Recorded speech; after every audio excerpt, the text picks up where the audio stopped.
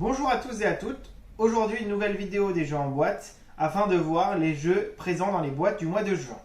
Le premier jeu de la boîte du héros du mois de juin, c'est Nidavellir. Nidavellir, c'est un jeu qui vous placera dans un monde de nains où vous devrez enchérir par rapport aux autres pour composer la meilleure armée. Nidavellir est un jeu d'enchères simultané dans lequel vous allez essayer de composer votre armée et d'avoir une meilleure armée que les autres joueurs. Nidavellir est un jeu qui effectivement prend de la place, mais qui a une mise en place qui n'est pas extrêmement compliquée.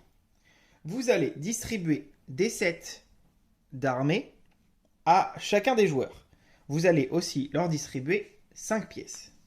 Il y a le 0 et ensuite vous avez 2, 3, 4, 5. Chaque joueur aura donc le même nombre de pièces. Vous allez aussi donner à chaque joueur des gemmes aléatoirement qui ont des valeurs différentes. 2, 3 et 5 ici. Ensuite, vous placez les 3 différentes tavernes. Une fois que vous avez placé ces tavernes, vous mettez en dessous le nombre de cartes personnages correspondant au nombre de joueurs, à l'exception de 2 joueurs pour lesquels je vous invite à regarder les règles. Vous placez ensuite le jeton d'échange de gemmes. Vous pouvez très bien placer les tavernes en colonne si vous avez plus de place que moi pour la présentation. Vous placez ensuite ici le trésor royal avec toutes les pièces dans les fentes qui correspondent. Le nombre de pièces varie en fonction du nombre de joueurs. Je vous invite à regarder aussi ça dans les règles pour 2 joueurs. Et vous placez ensuite ici les héros et les cartes de distinction. C'est tout pour la mise en place. Une fois que vous avez étalé tous les points, vous allez pouvoir commencer à jouer. Dans Nidavellir, il n'y a pas de question de qui est le premier joueur, comme tout se fait simultanément. Nidavellir est donc un jeu d'enchères.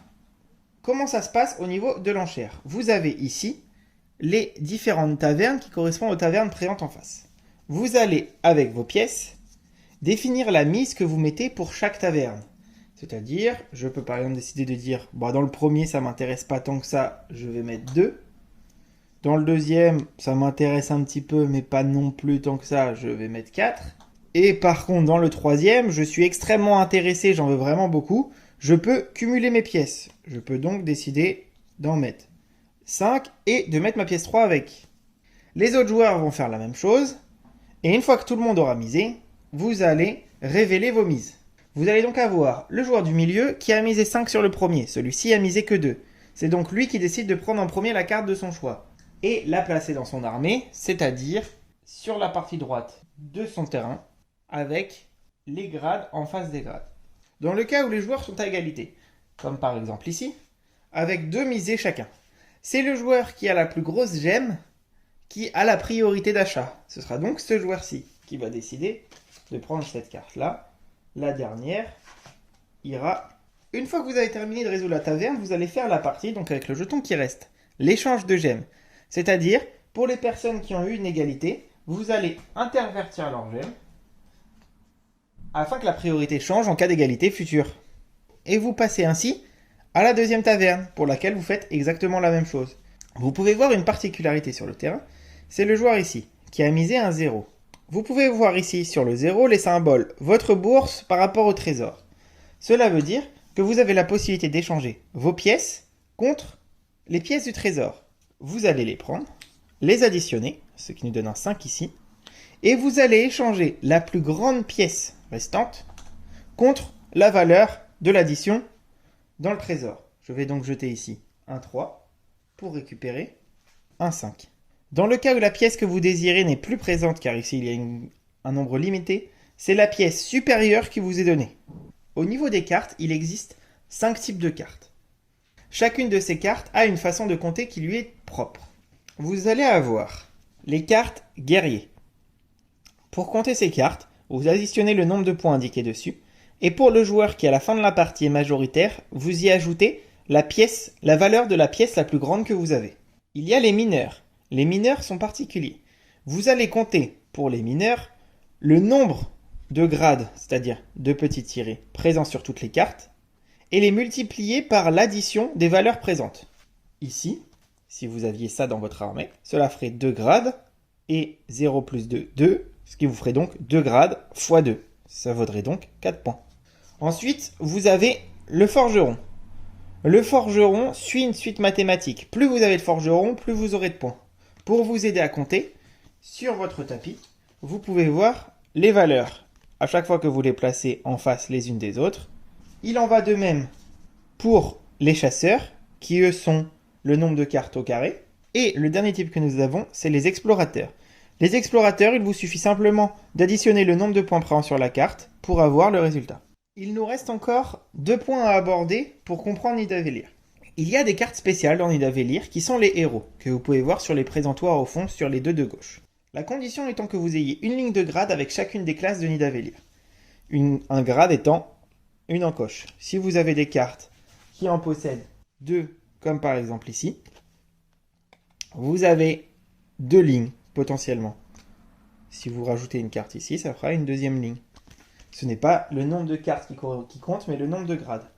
Lorsque vous placez une dernière carte ici, vous avez terminé votre ligne.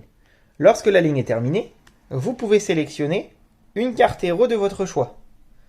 Vous pouvez choisir de prendre des cartes avec plus ou moins de malus, celle-ci vous demandant de détruire des cartes pour pouvoir l'utiliser. Et chaque carte a un effet différent. Je vous invite à lire dans les règles la partie sur les héros qui vous raconte et leur histoire et leur effet.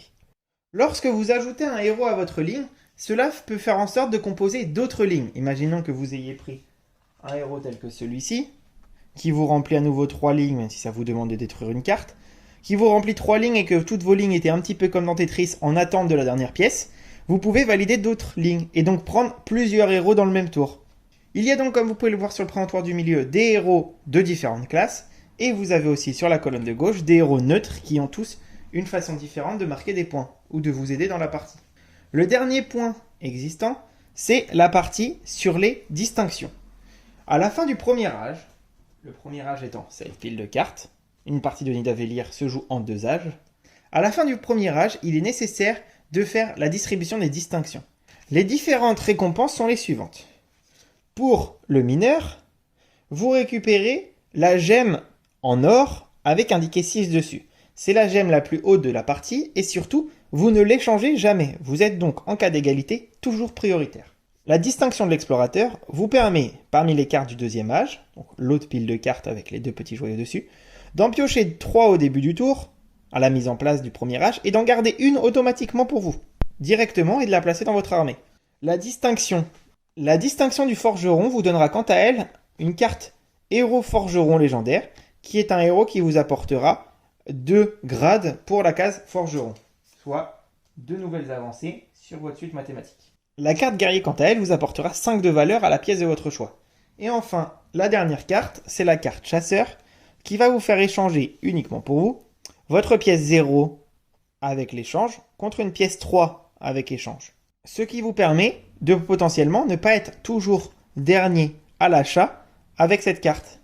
Car effectivement, dans Nidavellir, même si vous mettez un 0 au niveau des enchères, vous prenez tout de même les cartes qui sont présentes sur le terrain. Vous n'avez pas besoin de miser un minimum de pièces. Dans tous les cas, tous les personnages sont recrutés tous les tours. À la fin de la partie, vous passerez alors au décompte de points. Le décompte de points se fait ainsi.